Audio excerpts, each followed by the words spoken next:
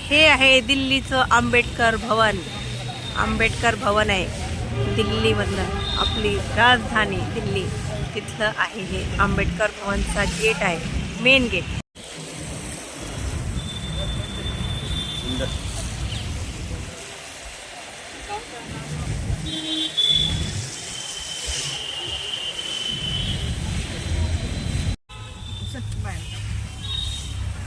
उतरेगा नीचे.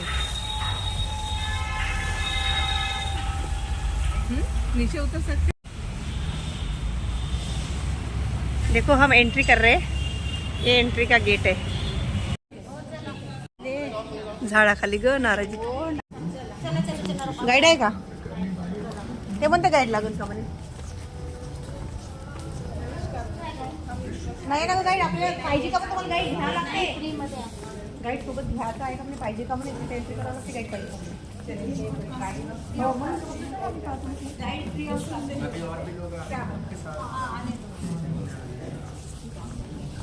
अजून बाकीची पैसे द्यावं लागते. पनकोजी घर में उन्होंने अपना निर्वाण प्राप्त किया, अंतिम सांस ली. तो पहले ये आवास हुआ करता था बाबा साहब का, जिसे अब इस तरह से डिमोलिश करके मेमोरियल बनाया गया. और इस मेमोरियल में बाबा साहब से जुड़े हुए जो भी स्थान रहे, जो जगह रही हैं, उन्हें मैग्नीफाई करके यहाँ वॉल पर शो किया गया है. इनमें सबसे पहले, जिसमें बाबा साहब के पूरे जीवन वृत्तांत को दर्शाया गया है, इसमें सबसे पहले है महू. महू जो एक शॉर्ट फॉर्म है मिलिट्री हेडक्वार्टर ऑफ वॉर का, मतलब जो कैंटोनमेंट था, छावनी थी, क्योंकि बाबा साहब के पिताजी ब्रिटिश आर्मी में सूबेदार थे. बाबा साहब का यहाँ जन्म हुआ 14 अप्रैल 1891 में. आगे एल्फिस्टन कॉलेज है मुंबई का. एल्फिस्टन कॉलेज में बाबा साहब एडमिशन लेने वाले वंचित अछूत समाज से पहले व्यक्ति बने, क्योंकि पहले वंचित और अछूतों को उच्च शिक्षा के अधिकार नहीं थे. बाबा साहब ने यहाँ पर एडमिशन लिया और यहाँ से अपनी 10th, 12th और ग्रेजुएशन कंप्लीट करी थी पॉलिटिकल साइंस और इकोनॉमिक्स में. आगे है रत्नागिरी जिले का दापोली गाँव. बाबा साहब के पिताजी जब ब्रिटिश आर्मी से रिटायर्ड हो गए, रिटायर्ड होने के बाद वो यहाँ पर आकर रहने लगे थे. और ये लक्ष्मी विलास महल है. लक्ष्मी विलास महल जो कि बड़ौदा के महाराज सयाजीराव गायकवाड़ का महल था, जहाँ पर बाबा साहब ने अपनी ग्रेजुएशन कंप्लीट करने के बाद, बीए कंप्लीट करने के बाद लेफ्टिनेंट के पद पर नौकरी करी थी. क्योंकि बड़ौदा महाराज ने बाबा साहब को उनकी ग्रेजुएशन के समय पर, बीए के समय पर 25 रुपीज़ पर मंथ, 25 रुपये प्रति माह की छात्रवृत्ति से, स्कॉलरशिप से उनको हेल्प किया था. ये बॉम्बे हाई कोर्ट है. बॉम्बे हाई कोर्ट से बाबा साहब ने अपनी वकालत की शुरुआत करी, as a lawyer practice start करी थी.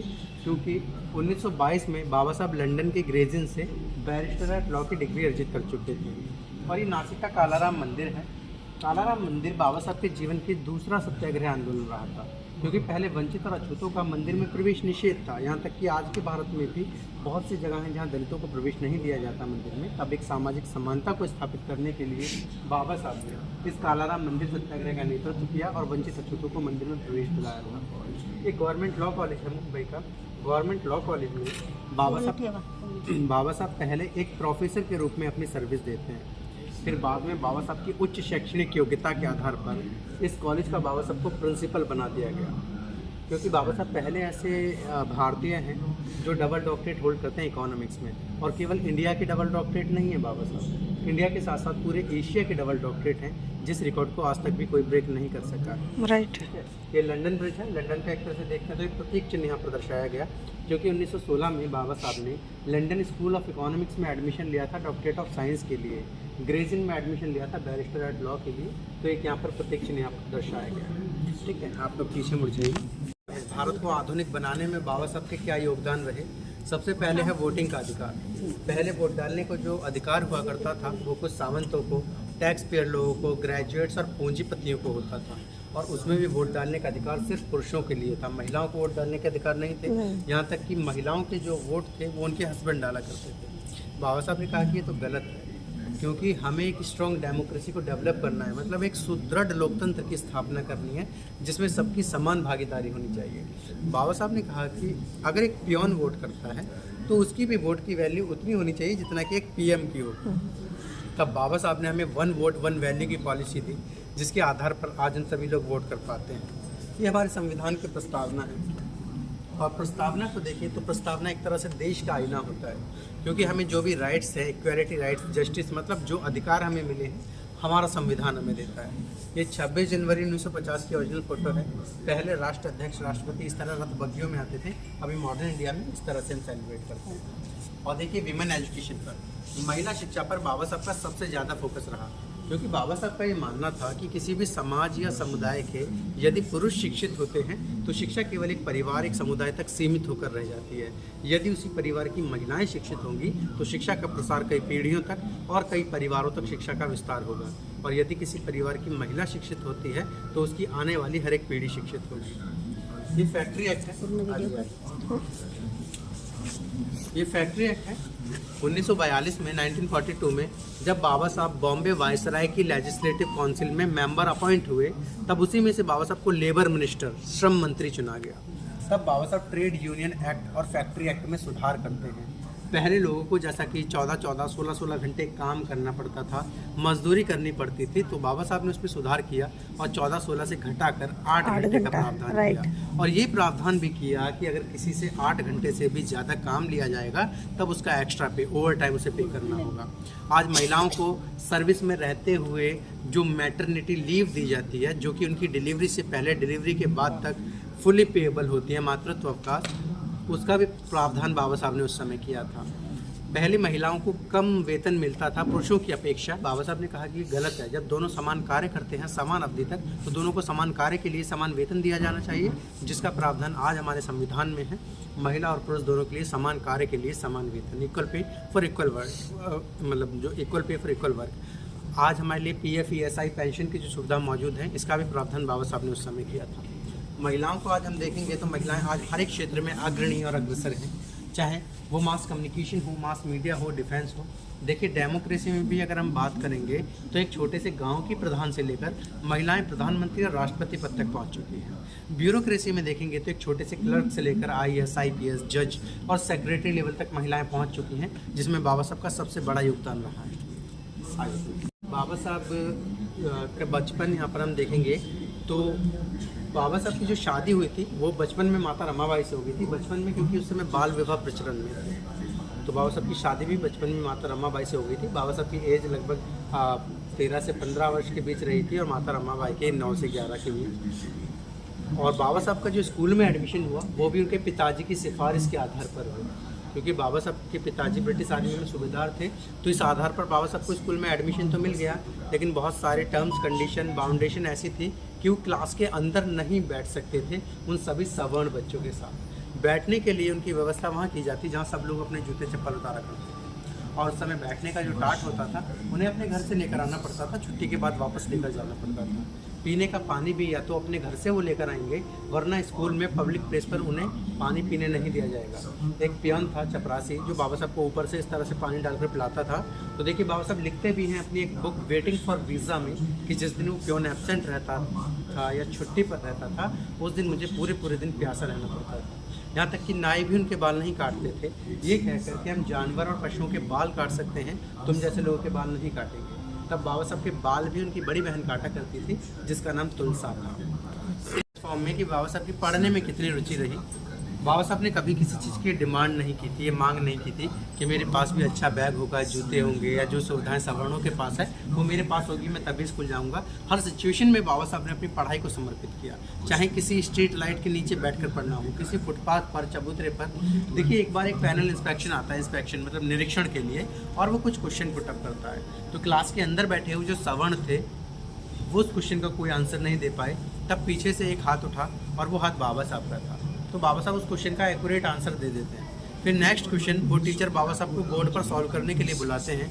बाबा साहब जैसे ही बोर्ड की तरफ बढ़े उस क्वेश्चन को सॉल्व करने के लिए उन्हें रोक दिया गया, इसलिए क्योंकि उस समय का जो ब्लैक बोर्ड था वो एक टेबल पर रखा हुआ था और उसी टेबल पर उन सभी सवर्ण बच्चों के लंच बॉक्स रखे हुए थे।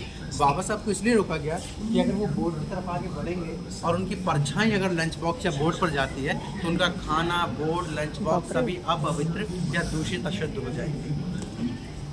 पिताजी सूबेदार राम जी ये चाहते थे कि मेरा बेटा भी आगे चलकर बड़ा काम करे, महान बने और बढ़े, लेकिन उसी समय 2 फरवरी 1913 को बाबा साहब के पिताजी सूबेदार राम जी का निधन हो गया, जिससे बाबा साहब की आगे की पढ़ाई बहुत ज़्यादा बाधित हो गई। तब बाबा साहब के एक प्रोफेसर थे दादा अर्जुन कैलुस्कर, वो ये जानते थे कि बाबा साहब कितने इंटेलिजेंट और कितने इंटेलेक्चुअल हैं।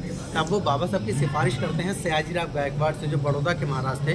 उन्होंने कहा महाराज ये बच्चा आगे चलकर कुछ कर सकता है, कुछ बन सकता है, हमें इसकी मदद करनी चाहिए। तब सयाजीराव गायकवाड़ बाबा साहब को विदेश जाकर पढ़ने के लिए 11.5 पाउंड की स्कॉलरशिप देते हैं। 11.5 पाउंड की स्कॉलरशिप छात्रवृत्ति उन्होंने बाबा साहब को दी, लेकिन उसके साथ एक एग्रीमेंट भी रखा, एक बॉन्ड रखा कि हम आपको स्कॉलरशिप तो दे रहे हैं, लेकिन जब आप विदेश से अपनी पढ़ाई कंप्लीट करके वापस भारत लौटेंगे तब 10 साल तक आपको हमारी रियासत में नौकरी करनी पड़ेगी, सर्विस देनी होगी। बाबा साहब उनसे स्कॉलरशिप लेते हैं और देखिए कोलंबिया में स्टडी के लिए चले गए, फिर न्यूयॉर्क।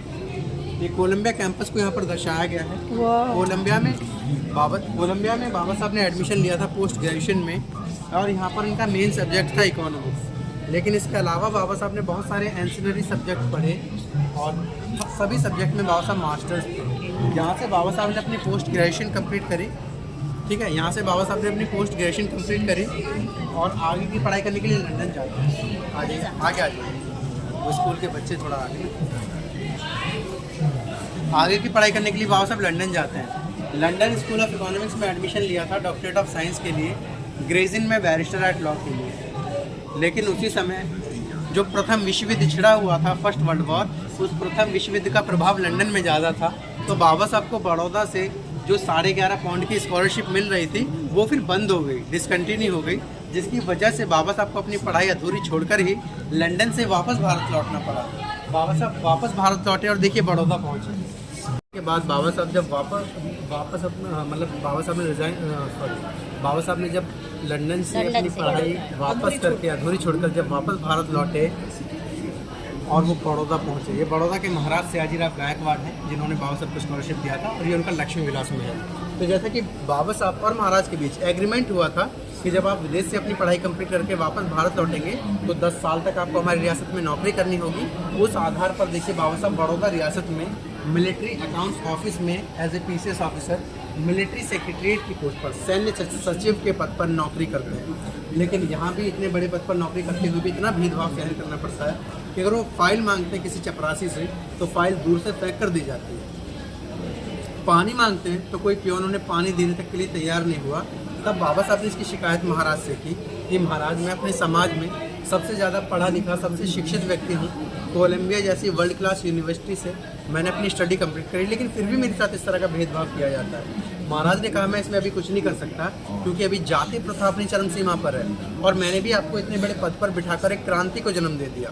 क्योंकि जो सवर्ण थे वो महाराज के भी विरोध में उतर गए। हालांकि ये महाराज तो बाबा साहब को उस समय भी अपनी रियासत में वित्त मंत्री बनाना चाहते थे, फाइनेंस मिनिस्टर, लेकिन जाति व्यवस्था की वजह से कुछ नहीं कर पाए। तो बाबा साहब जब यहाँ पर नौकरी कर रहे थे तो उन्हें यहाँ पर मना कर दिया गया, कोई भी बाबा साहब को किराए पे घर देने के लिए तैयार नहीं हुआ। तब बाबा साहब एक पारसी धर्मशाला पहुँचे और पारसी धर्मशाला में भी बाबा साहब को मना कर दिया गया ना, वीडियो के लिए ना अलाउ नहीं है यहाँ पे।